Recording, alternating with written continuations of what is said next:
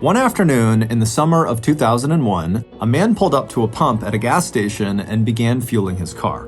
Once his car was full, the man put the nozzle back into its holster, he hopped back inside of his car, and he was about to fire up the engine again when he stopped, because something had caught his attention. There was something or someone moving around outside of his car to the left. But when this man turned to look out the window to see whatever it was, the world suddenly went black and the air outside was filled with the sound of people screaming. But before we get into that story, if you're a fan of the strange, dark, and mysterious delivered in story format, then you've come to the right podcast because that's all we do, and we upload twice a week, once on Monday and once on Thursday. So, if that's of interest to you, repeatedly text the Amazon Music follow button saying that they need to call you immediately, but when they do, dismissively tell them you can't talk right now.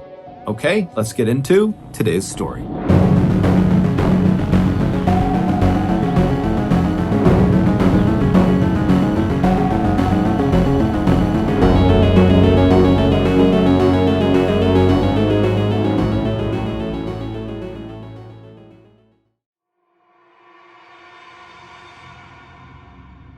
In Akron, Ohio, June is typically the gloomiest and wettest month of the year. But on one particular morning in June of 2001, when Akron resident Jeff Zach poked his head out of his bedroom window, he was thrilled to discover that the sun was out and the sky was clear. Jeff immediately rushed to his closet to change into his yard work clothes. He pulled on a t-shirt and then he zipped up a pair of beat-up old cargo shorts, and then he raced down the stairs, grabbed his pruning shears, and then dashed out the back door without even putting his shoes on. On the stoop behind his house, the 44-year-old gardening enthusiast / professional landscaper paused briefly to admire his work. Although Jeff's backyard was a pretty standard size and shape for an American house in the suburbs, it was filled with lush green grass that was always perfectly cut, and around the perimeter of the yard, Jeff had planted the colorful rose bushes that were just about to reach their peak bloom. After stepping down the few back steps, Jeff began marching across his beautiful grass toward his rose bushes to do some pruning. As he walked along, he smiled to himself, feeling certain he must have the best landscaping in the whole neighborhood. Jeff was a very competitive guy, and so he loved being the best at things. But as much as he'd love to say that he had some kind of magical touch with plants, the truth was, Jeff just understood how plants worked. Give them the right mixture of sunlight, soil, and water, and plants will reward you with fruit and flowers. Simple. But as Jeff lifted his pruning shears to make the first cut, he heard his wife Bonnie calling to him from the kitchen about breakfast being ready, and he was instantly reminded that people were not like plants. People were complicated. You could give them everything they ever thought they wanted, and still they'd be miserable. And as Jeff cut back the errant stems of his rose bush, he thought about how his relationship with Bonnie was a perfect example of this. Jeff and Bonnie had gotten married 15 years ago. At the time, they wanted the same things in life, stability and family, and they were both very physically attracted to each other. So, logically speaking, their marriage should have worked out perfectly. But it didn't, at least not to Jeff. Even though Bonnie had given Jeff the family and the stability he'd always wanted, and she still was very attractive to him, there were still times when Jeff just could not stand to look at her. And sometimes just the sound of her voice, even when she was doing something nice, like that morning calling out to him to let him know that she had made him breakfast, was like nails on a chalkboard for Jeff. And not because Bonnie was a bad person or bad wife. Really, it was the opposite. She was a great wife who'd given him everything he thought he wanted, but still, Jeff just felt unhappy. And unfortunately, his unhappiness had led to bitter resentment of his wife. However, recently, Jeff had begun telling himself that it was him who needed to make changes, not his wife. And so, over the last month, Jeff had been making a very conscious effort to be kinder, more patient, and less hot-headed when he was around his wife and also his son. But every day was a struggle. After cutting one more stem on his rose bush, Jeff stood up and walked back over to the door leading into the house. He paused just outside of it and took a few deep breaths to calm down. He knew he felt annoyed with his wife for really no other reason than he heard her voice, but he told himself today he would do his best to be a better husband and a better father. Jeff wiped his feet on the mat, and then he opened the door and stepped inside. Less than an hour later, Jeff had fallen back into his old angry ways and was screaming at his wife Bonnie for no apparent reason and saying he wanted a divorce. Moments later, Jeff was storming outside, slamming the front door behind him. Once outside, Jeff clambered into his Ford Explorer SUV parked in the driveway, and after firing the engine up, he flew out of the driveway and just started driving. For the next couple of hours, Jeff drove around the city aimlessly, honking and yelling at other drivers, and just kind of generally taking out his anger on anyone who happened to come near him. But at a certain point during this kind of crazed drive around town, Jeff realized he actually had a lot of errands he needed to run, so he decided he would start doing those. Jeff usually had a lot of errands to run because he worked in a lot of different businesses. In addition to professionally landscaping, Jeff also worked as a handyman, he did some flooring work, and he also owned and operated a slew of vending machines around town. As Jeff was getting ready to head to a hardware store for his first errand, he looked down and he realized he was very low on gas. So instead of going to the hardware store, Jeff decided he would go to BJ's. BJ's is a big American wholesale store, and it's where Jeff went every Saturday to buy items for his various vending machines. BJ's also had their own gas station right out front near the parking lot, so Jeff figured he could get the gas he needed for his car and then also knock out a vending machine refill run. When Jeff arrived out front of BJ's and looked at the parking lot and the gas station, he was immediately struck by how crowded the place seemed. Now, BJ's is a very popular store, and the parking lot is usually full of people, but this day it just seemed like there were way more people than usual. But when Jeff looked at his watch and saw the date, he knew why.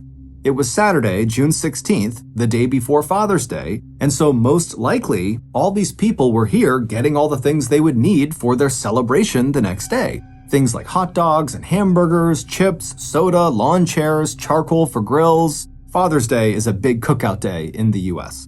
And as Jeff thought about Father's Day, his heart sunk.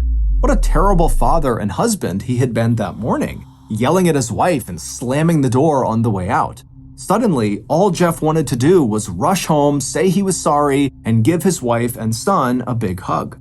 So he whipped his Ford Explorer into the gas station right up alongside an open pump, and as quick as he could, he got to work getting the nozzle into his car to start filling up. There were so many vehicles moving in and out of the gas station that Jeff didn't even notice the motorcyclist in the full-faced helmet pull up right behind him. After filling his car's tank and then putting the pump back in the holster, Jeff climbed back inside of his car. And there, sitting behind the wheel, Jeff glanced over at all the happy families buzzing around the BJ's parking lot, loading their Father's Day celebration goods into their cars, and as he watched, Jeff felt another pang of regret about how he had acted that morning. Luckily, he'd be home soon, he could apologize, and maybe even salvage a fun Father's Day the next day. But before Jeff could fire up his car's engine, the motorcyclist in the full-faced helmet that had pulled up behind Jeff walked up to Jeff's driver's side window. Jeff noticed him and looked up at him through his window very inquisitively, and as he did this, the motorcyclist casually raised a .38 caliber handgun from his waist, he aimed it at the glass, and fired a single shot directly into Jeff's face. Jeff's head fell forward onto the car's horn, and suddenly, between the sound of the gunshot and the sound of Jeff's car horn, which was now just blaring constantly, everyone at the gas station and in the nearby BJ's parking lot was thrown into a sudden panic. That is, everyone except for the motorcyclist who had just shot Jeff. While everyone else was screaming and running around and trying to figure out what was going on, the motorcyclist simply turned around, walked calmly back to their bike, and then rode away from the scene as if nothing happened. One of the people who actually saw the shooting take place was the gas station attendant, and within 30 seconds of the shooting, this attendant was on the phone with 911. But by that point, it was already too late for Jeff. He was dead. Jeff had been murdered in front of dozens of people in one of the most crowded shopping centers in the city, and yet, when police arrived just a few minutes after the 911 call, they would discover that not a single witness could actually identify the shooter. In fact, nobody could even say for sure if the shooter was a man or a woman. All that anyone could remember was that the motorcyclist had been wearing a full-faced helmet and that they were riding a green and white Ninja motorcycle. Given the cold-blooded nature of the murder and the fact that it was done in broad daylight in public, the police knew it was only a matter of time before the news of what happened found its way to the victim's family, Jeff's family. To ensure that that was not how the family learned about Jeff's death, not long after arriving on scene and identifying Jeff, police officers radioed back to the station to tell the chief that someone needed to go to Jeff's house ASAP to break the news. 15 minutes later, a pair of detectives arrived in front of Jeff's perfectly landscaped two-story home. And when Jeff's wife, Bonnie, opened the door, the police were apologetic but direct. They told the 46-year-old woman what happened to her husband and asked if she knew of anyone who might want to hurt him. Bonnie leaned against the doorframe as if it was the only thing holding her up. It was clear that Bonnie was shocked by the news of her husband's death, but as Bonnie would tell the detectives, she was not exactly surprised by it. For one thing, Bonnie said, Jeff had a lot of enemies. In fact, Jeff seemed to make enemies wherever he went. He was an aggressive and deeply unhappy person who seemed to enjoy being confrontational. So, as far as Bonnie was concerned, it was definitely possible that Jeff had been killed by someone he had upset. But Bonnie was quick to tell police that she did not think her husband had been killed by a total stranger. Before saying another word, Bonnie scanned the street out front and then invited the detectives to come inside her house where she could explain why she thought this was no random attack. The detectives followed Bonnie into her kitchen, and once they were all seated around the table, Bonnie told them that she believed her husband knew he was going to be killed. She said about a month earlier, Jeff had started acting different.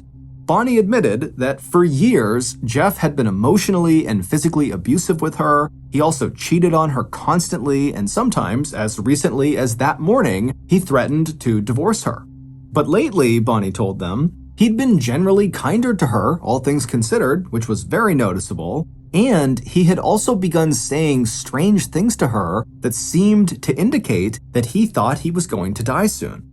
Bonnie said that 3 weeks earlier, Jeff had taken her down into their basement to show her where he kept his financial papers. Bonnie asked him why he was showing this to her now, all of a sudden, after 15 years of marriage, and Jeff just said it was because he wanted her to know where to find things in case he wasn't around to provide for them. Bonnie thought this was totally ridiculous because her husband seemed totally healthy, and so she didn't think much of it. However, Bonnie told the detectives that just a few days ago, someone had called their house and left a voicemail for Jeff. It was a man who just kept demanding to speak with Jeff, and his tone very obviously suggested he was not happy with Jeff.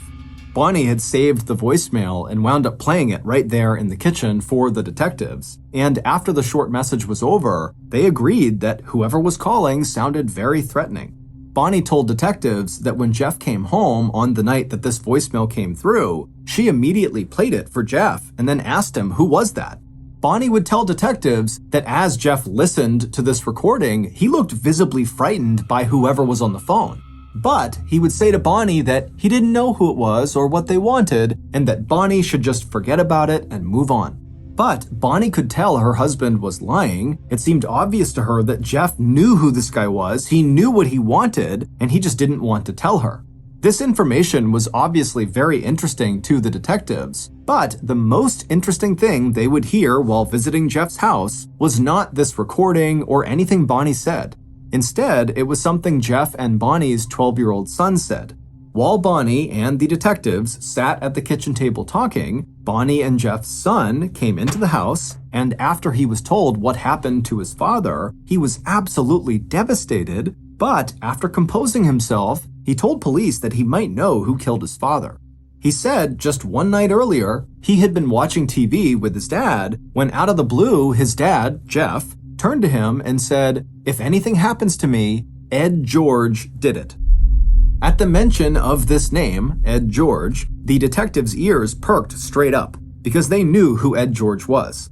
In fact, pretty much anyone who lived in Akron, Ohio knew who Ed George was. Ed was one of the wealthiest men in Akron, and he owned one of the city's most popular institutions, a place called Tangier. Tangier was part restaurant, part nightclub, and part banquet hall.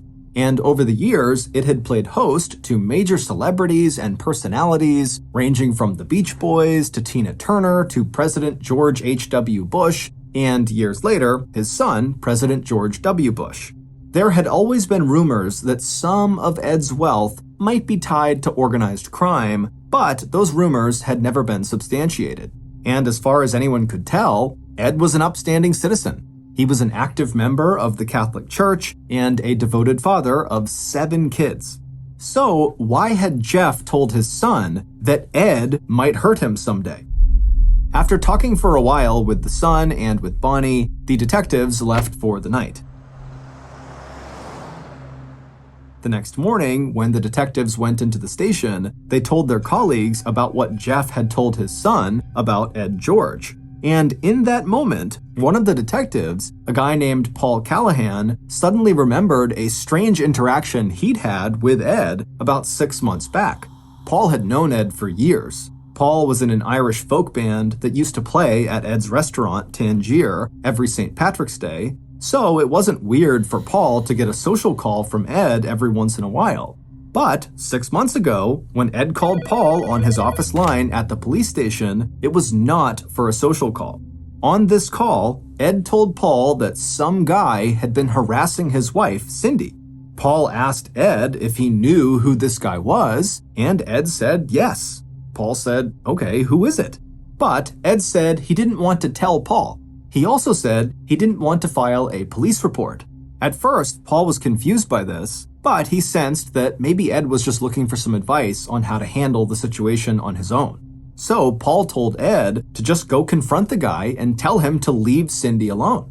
Ed said, "Okay, thank you," and then they both hung up.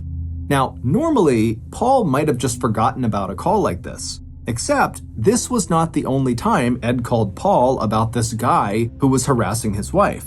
In fact, just 2 weeks earlier, so roughly 5 months after this first call Paul got from Ed, and only 2 weeks before Jeff's murder, Ed called Paul again to say this guy was still harassing Cindy. After Paul finished telling his colleagues about these strange calls he got from Ed, the whole police department quickly began to wonder if maybe the guy who was harassing Ed's wife was actually Jeff, and maybe Ed did confront Jeff about it, and in the process of this confrontation, Ed killed Jeff. Regardless, the police knew they needed to figure out why Jeff had told his son that he thought Ed was going to hurt him. And who better to ask than Ed himself?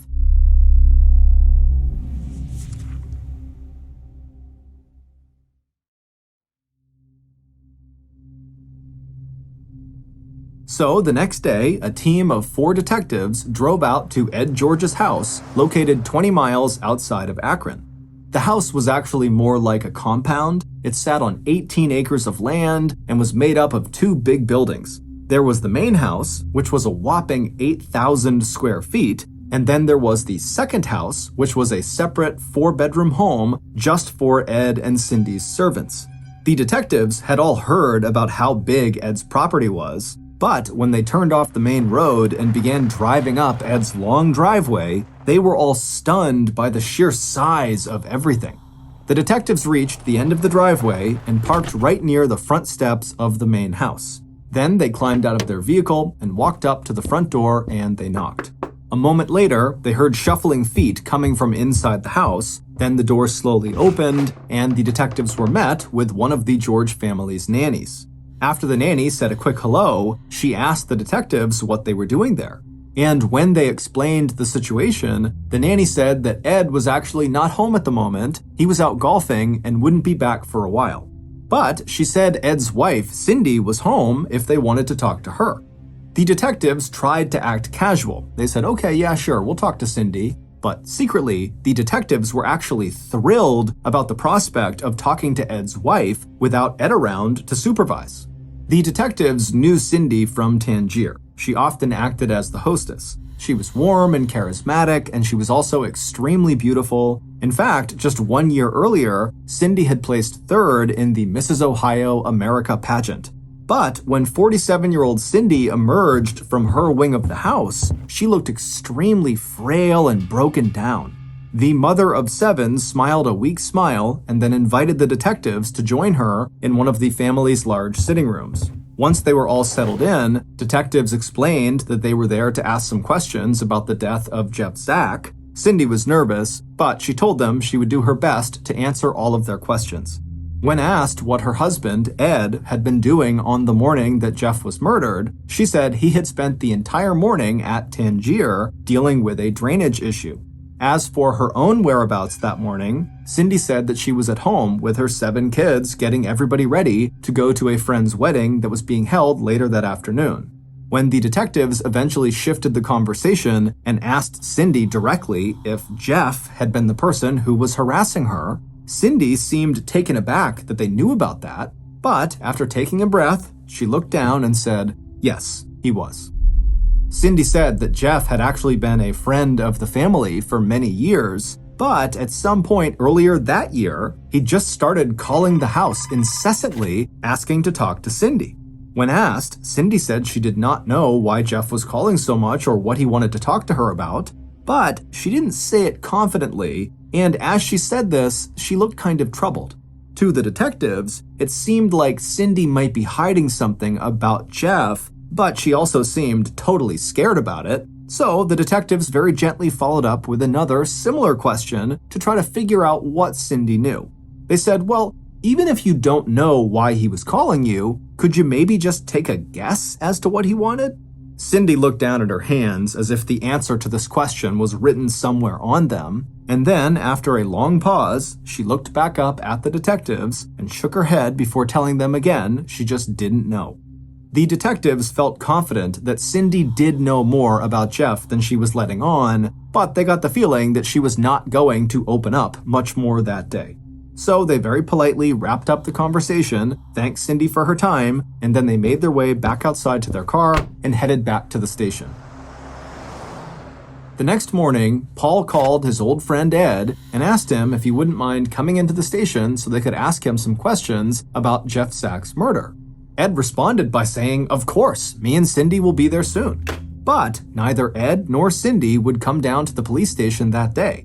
Instead, about an hour after that phone call with Paul, Ed's lawyer showed up at the police station and walked straight up to Paul's desk and informed the detective that his client, Ed George, would not be participating in this investigation. The lawyer then turned around and left. Paul was stunned. He felt like if Ed was innocent, he never would have sent his lawyer in like that. But without evidence tying Ed to Jeff's murder, there was really nothing the police could do. Over the next few weeks, the police tried calling Ed and Cindy's friends and relatives in the hopes that someone would be willing to shed some light on what happened between Ed and Cindy and Jeff. But one after another, Ed's friends and family all declined to speak with law enforcement and just told the detectives to speak with their lawyers instead. And these lawyers, the detectives would discover, were all being paid for by Ed. But again, despite how guilty Ed looked, without evidence, there was really nothing police could do about Ed or how he was conducting himself. So the detectives had to go back to the drawing board. They spent days reviewing the crime scene photos and reading witness statements and playing Bonnie's voicemail tape over and over again, but none of that got them anywhere. And then, one day, the detectives realized they'd missed something. The detectives were sitting around at a conference table talking in circles about the case when one of the detectives picked up a photo of the George family, and this detective immediately noticed something. In this photo were Ed and Cindy and their 7 kids. 2 of their kids were adopted, and so of course they looked nothing like Ed or Cindy. But as this detective stared at this photo, they noticed that 4 of the 5 biological children looked exactly like Ed and Cindy. But the 5th biological child, the youngest, the 8-year-old, looked nothing like Ed or Cindy. Instead, this youngest child looked just like the murder victim, Jeff Zach. The detective who noticed this turned the photo around to show her colleagues, and after looking it over, they all agreed. And if this 8-year-old child was indeed Jeff's child, not Ed's, then the child was clear evidence of an affair happening between Cindy and Jeff, which would give Jeff a reason for wanting to call Cindy all the time, and it would give Ed a motive for wanting to kill Jeff. When the detectives brought this theory to the county prosecutor's office, they agreed there was enough evidence to get a warrant that would force the Georges to take a paternity test. So that's what they did. The warrant was issued, and on August 24th, 2001, a little more than 2 months after Jeff's murder, Ed and Cindy, along with the 8-year-old youngest child, arrived in a doctor's office to take a court-ordered DNA test. And sure enough, when the results came back 3 weeks later, it would show that Jeff was the father of this child, not Ed. The George family was notified by phone, so the detectives didn't get to see how Ed or Cindy reacted to the news. But when the results of this paternity test made it to the local press, people were absolutely shocked. Ed and Cindy were like local celebrities, and they seemed like the perfect couple. So this news about Cindy's affair quickly swept through the city, and soon locals would begin openly speculating about the possibility that Ed had hired a hitman to murder his wife's lover, Jeff. And it wasn't just the locals who thought this was what happened. The police also suspected that this was a professional hit. And so they began scouring Ed's phone records, his bank statements, and questioned every Tangier employee willing to speak to them in order to find the evidence they needed that proved Jeff's murder was an assassination paid for by Ed. But after months of looking, they found nothing, and so it was starting to look like this case was going to go cold. However, about 1 year after the murder, a new tip would come into the station that would lead the detectives in a roundabout way to the home of a 40-year-old single mother named Christine Todero, and she would break the case wide open. Christine seemed to have no apparent connection to the case, but she believed that her ex-husband was the masked motorcycle-riding hitman, the man who killed Jeff Zack. And the reason she believed this was because one time, when she was speaking on the phone with her ex, he made this joke about him being the killer. But Christine suspected he was not actually joking, because during her brief marriage to him, 35-year-old John Zaffino had been violent and dangerous. In fact, Christine left him because he punched her 13-year-old son in the face and, in a separate incident, broke Christine's arm intentionally.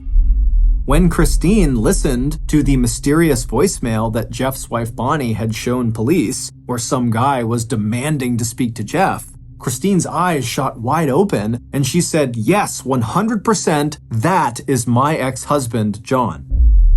After that, detectives would run a search on any and all vehicles registered in John's name, and by noon, they had a full report in their hands. Everybody at the station got a copy of this report, and together, the detectives reviewed it line by line, scanning for anything that could tie John to Jeff's murder. And within minutes, the detectives found what they were looking for. According to the report, in May of 2001, less than 1 month before Jeff's murder, John had purchased a motorcycle from a dealership outside of Akron. And when police called that dealership, the manager told them that the bike John had purchased was a black ninja-style bike with a green stripe, just like the one ridden by the person who killed Jeff. Detectives would also discover that in that same month, John had also purchased a weapon, a .38 caliber handgun, the same kind of gun that killed Jeff. But while John certainly looked like the prime murder suspect, there were still 2 questions the detectives were struggling to answer. The first was, why would John do this? There was no connection between him and Jeff whatsoever. So was he just a hitman, potentially hired by Ed? Nobody knew. The second question was, how could John afford the very expensive motorcycle and gun? The police had done a lot of digging on John, and they knew he did not have very much money. In fact, John was so deep in debt, he couldn't even afford his own apartment. The police would spend months searching for the answers to these two general questions, and by the time John was arrested in September of 2002, detectives would be convinced that both of these questions actually had the same answer, and that answer was Sparky. Sparky was the nickname John had given to a woman he met one night in the summer of 2000, about a year before Jeff's murder. That summer, John was standing outside of a restaurant in Akron when he saw this woman, Sparky, walking toward her car. She was beautiful, she was alone, and to John, she looked really sad. So John walked up to her and started a conversation. And quickly, in this conversation, Sparky would tell John that she was married, to which he said he didn't care because he was married too, to Christine. John reached into his pocket and pulled out an old gum wrapper and then wrote his phone number on it, and then he handed the paper to Sparky and asked her to please call him that night after she got home so he would know she arrived safely. Sparky would indeed call John later that night when she got home, and they would chat for a while, nothing more. But not long after this first interaction, Sparky began sneaking off from her husband to go meet up with John. Now, at the time, John did not have a steady source of income or an apartment of his own. So, not long after they met, Sparky moved John into an apartment that she paid for where they could spend the nights alone together. She also paid all of John's other bills and bought him a cell phone so she could reach him whenever she wanted. It was an extremely passionate love affair, but they both talked openly about the future and how maybe there was some way for them to be together long term. However, Sparky made it very clear that no matter what, she would never, ever leave her husband. Before she married her husband, she had nothing. She was a poor coal miner's daughter living in a 200-square-foot house with 3 other people. But now, through her husband, she had a home and she had some nice things, and so she was not prepared to give any of that up. However, things in Sparky's married life were far from perfect, as John would find out one night in January of 2001, roughly 6 months after meeting Sparky. That January night, Sparky called John hysterically crying. She told him that an ex-boyfriend of hers was giving her serious problems. It would turn out John was not the first man Sparky had had an affair with. It would also turn out that this other guy was not technically Sparky's ex-boyfriend, at least not yet. Sparky had been seeing this other guy for nearly a decade, and she had tried to break it off with him many times in the past, but each time, he always figured out a way to rope her back in. But now that Sparky was with John, she finally had the courage to tell this other guy that it was really over. And so she had told him that she did not want to see him again or have any contact with him whatsoever. And this made the now ex-boyfriend absolutely furious. He started threatening to hurt Sparky and her children, and he threatened to expose their secret relationship to the public. Sparky was terrified and didn't know what to do. John's reaction to all of this was not being upset with Sparky for seeing another man. Instead, John's reaction was fear. He was scared that if this ex-boyfriend exposed Sparky, then Sparky's husband would divorce her, and suddenly, Sparky wouldn't have all that money that she got from her husband, and so Sparky would not be able to pay for John's life. Because remember, Sparky is paying for John's apartment, she's paying all his bills, she's paying for everything. And so John couldn't have that happen. He needed to make sure Sparky and her husband stayed married for his sake. And so naturally, a plan was made to murder Sparky's very troublesome ex-boyfriend, whose real name was Jeff Zack.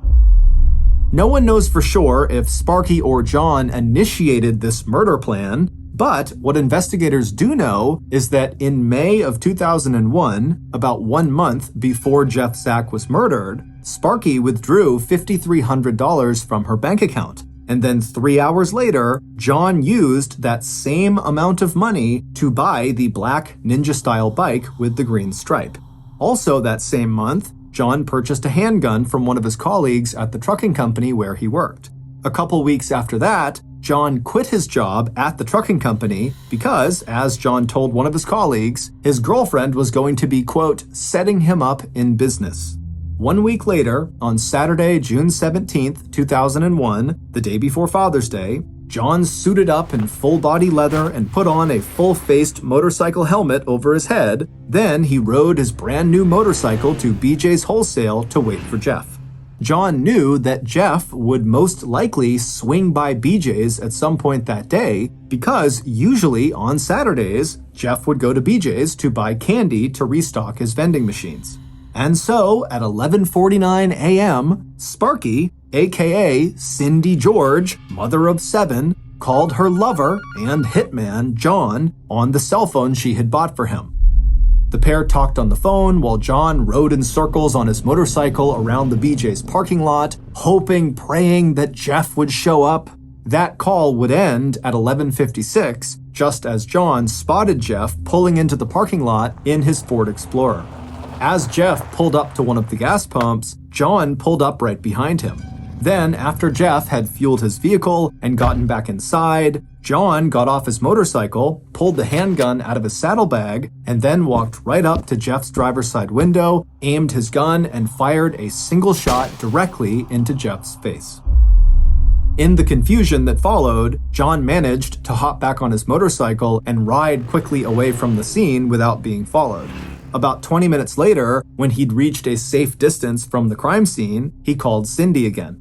We don't know exactly what was said on that call, but it's assumed that on this call, John told Cindy that he had just killed Jeff and that she no longer had to worry about her marriage to Ed falling apart. But, of course, whatever peace that murder brought for Cindy and John was short-lived. Because in June of 2003, almost exactly 2 years after Jeff was murdered, John was convicted of murder and sentenced to life in prison. Cindy would be arrested a year and a half after John went to jail, and then 11 months after her arrest, Cindy would be convicted of conspiracy to commit murder and sentenced to life in prison as well. However, Cindy's conviction would not stand. Less than 2 years after being sentenced, her conviction was overturned on appeal. The justices ruled that the evidence presented in her trial was insufficient to prove her guilt. And so, on March 22, 2007, almost 6 years after the murder of Jeff Zack, Cindy George was released from prison. And waiting for her outside the prison walls were her 7 kids and her husband, Ed. After a long, tearful embrace, the family hopped into a car and took Cindy back to their giant estate outside of Akron, where she and her family still live today.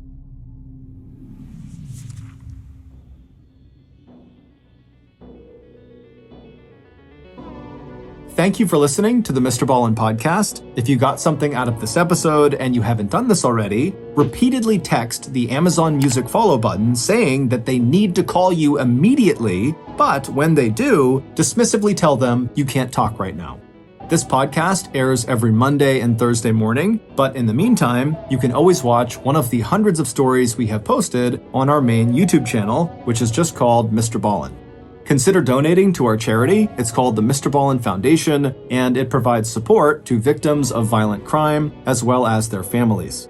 Monthly donors to the Mr. Ballen Foundation Honor Them Society will receive free gifts and exclusive invites to special live events. Go to mrballen.foundation and click Get Involved to join the Honor Them Society today. If you want to get in touch with me, please follow me on any major social media platform and then send me a direct message. My username is just @MrBallen, and I really do read the majority of my DMs. Lastly, we have some really cool merchandise, so head on over to shopmrballen.com to have a look. So that's going to do it. I really appreciate your support. Until next time, see ya.